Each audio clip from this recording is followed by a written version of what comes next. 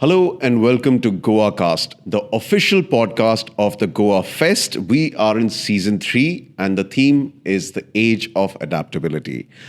No season of this GoaCast can be complete without having our next guest with us. He was in fact the first episode to go out in the season 2. It took us a while to catch hold of him, but he's here. We have with us Mr. Sam Balsara, Chairman, Madison World. Sam, sir, thank you so much for taking out the time and joining us on GoaCast. My pleasure. As I just mentioned, we had you last year on the show, and while we were preparing for this year's episode, I went back and heard the conversation, and there were a few things which came out and I thought was interesting, some things that you said which just went with today's theme. And I thought I will just start out with a few of the things you said. One thing you said, we were talking about creativity and we were talking about how do you create an environment where creative people can succeed. And you said, and I'm quoting you, lateral thinkers need to be celebrated. And that was from the point of view of creativity. Would it be fair to say that when it comes to adaptability, it is again those lateral thinkers who can go out of the box? Those are again the people that we want in key places, in key roles. Will that be fair to say? Yes, of course. I think, we all know that the world is changing very, very fast. Yeah. Only those who can change and adapt can survive and thrive. Yeah. Also, just to add on, it's also not necessary that, only the innovator sort of survives and thrives. You can also be the number 2 or number 3 and then, take it forward by scaling up, improving, adapting. Yeah. Because sometimes the problem with the innovator is that, he's ahead of his time, or he doesn't have enough resources. Whereas the second guy has the benefit of hindsight. You have the benefit of seeing what mistakes have been made. For example, if I may tell you, I was involved in what you now call a startup way back with a company called Adnova that was venture funded. And that was meant to kind of, streamline all the transactions that happen between the agency and the media owner. Okay. But it didn't quite take off because I think it was ahead of its time. So one of the problems with this innovation is, right place, right time. Is being ahead of your time. So I think timing Is in key. marketing and advertising is also very critical, and it's not always possible to get it right. Absolutely. Thinking about it, like you have been, with Madison World for such a long time. 36 years. 36 years. And I remember that because last time when you mentioned, I was like, oh, I am 36. Good, wonderful. So when you're looking at an organization which has been around for a while and which has done so much of a work, which has a scale, how do you bring about change? Because there are hierarchies, there are verticals, there are people across geographies. How do you convince everyone from the top to intern who's just there for 3 months to get into the idea that, hey, this is how we were doing things, here is what our future course is? How do you plan that? It's definitely, I think, a very big challenge. Actually, as I see it, there are various stages in an organization's life. The first stage is, when the entrepreneur not only thinks of what is to be done, he actually does Take the first what step. is to Yeah. what is to be done. The second step is, when he has a largish team, the second job or the second phase is to kind of do what you are saying, that is, convince the core team of the idea and make them internalize it and accept it as their own idea and execute it. And I would say the third Layer to it, yeah. layer is when you get that core team itself to generate their own strategies and ideas for the organizations, Yeah. and for them to roll it down. Fantastic. So,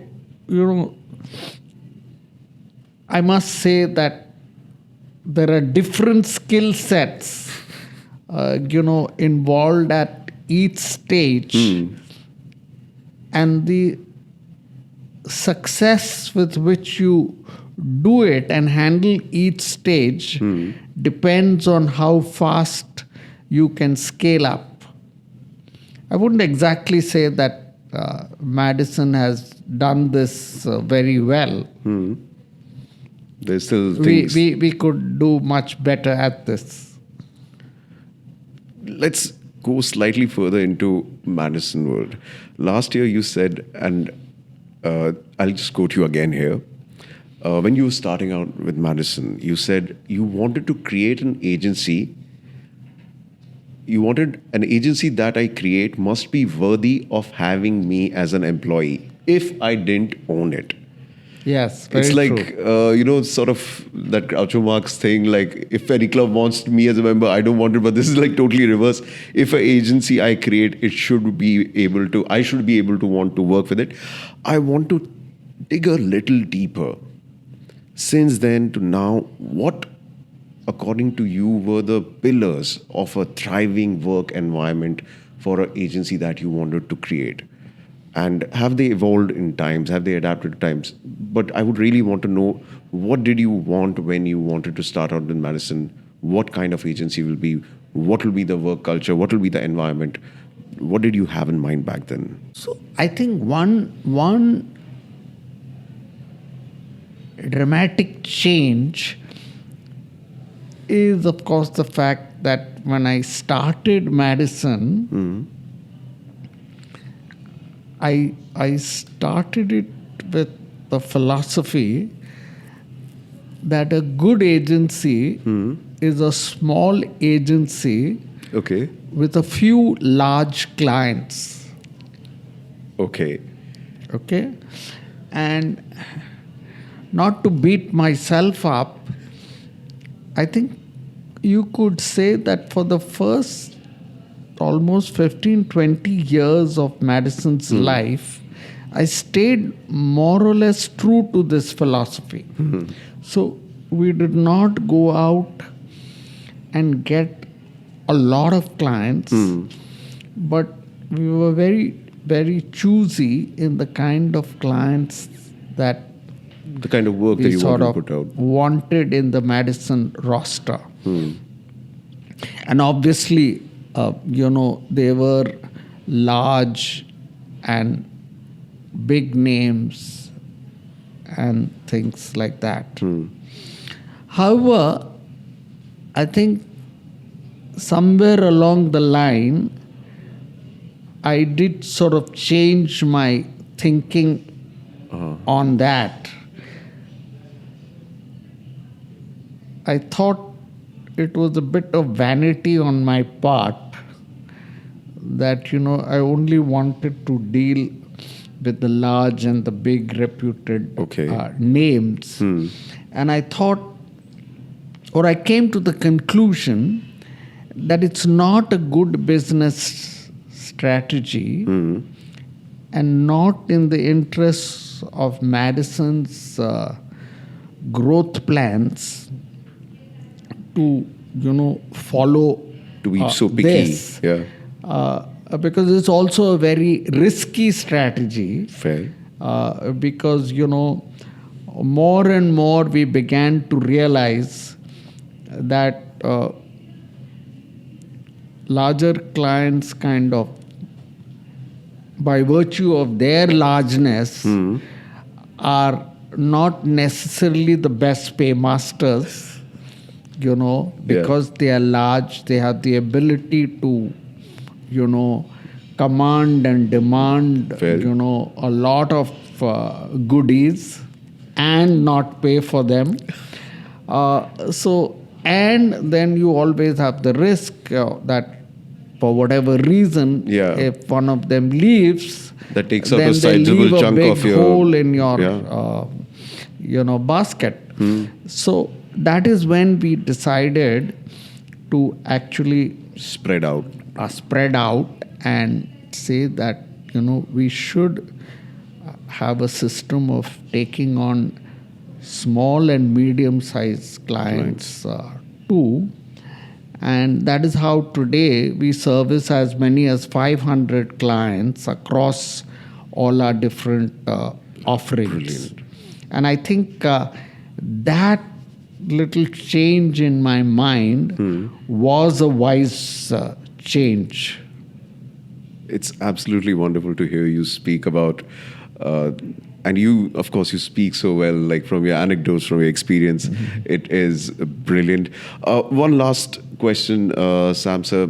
Anyone who's been in Goa Fest would notice you like moving around and you were on your phone. And I remember last year when we were speaking, you did mention that there was a speech that you had to give. You just put it on ChatGPT and it gave you a basic idea, and you were like, wow, this just makes my life so much easier. A year has passed since then. ChatGPT is getting more and more stronger, and tech in general is becoming more and more a part of our lives. How have you been using tech, and what kind of use has it found itself in your life, in your work these days? Yeah, well, I think I do feel, and only yesterday I think we did a panel discussion on this subject. Personally, I am very bullish on AI. I think it's not just a fad, and the way I am seeing it, I think it's going to make our lives, I think, easier, and it should be able to free our brains to do more creative, more impactful work. That no amount of sort of logical thinking and all that can do. And I'm hoping already I believe a lot of the tools and software that we use are AI empowered. I mean, of course, come to think of it, even Google has a software, it has a mind of its own running in the back, which knows what you're searching for. From that point of view, I think we have to, there is no doubt that especially as a media agency, we have to empower technology, because, today gone are the days where you can tell a client, I think let's do this. It has to be data supported and all that. And today, vast volumes of data are available to us. And to make any kind of sense of them, we have to have sophisticated tools and technology. I was actually speaking to Mr. Vikram Sakhuja yesterday, and he mentioned the same thing. He said creativity is just a part of what AI is doing. But when we're looking at market, we're looking at terabytes of data. How do we find that one connection in there, in that entire needle in a haystack? And that's where AI is revolutionizing their work. I fully agree with him. Thank you so much, Sam sir. We hope you join us next time again on the GoaCast. This was our episode, a special episode with Mr. Sam Balsara, Chairman, Madison World. We at GoaCast will keep bringing you such amazing conversations. Thank you and stay tuned in.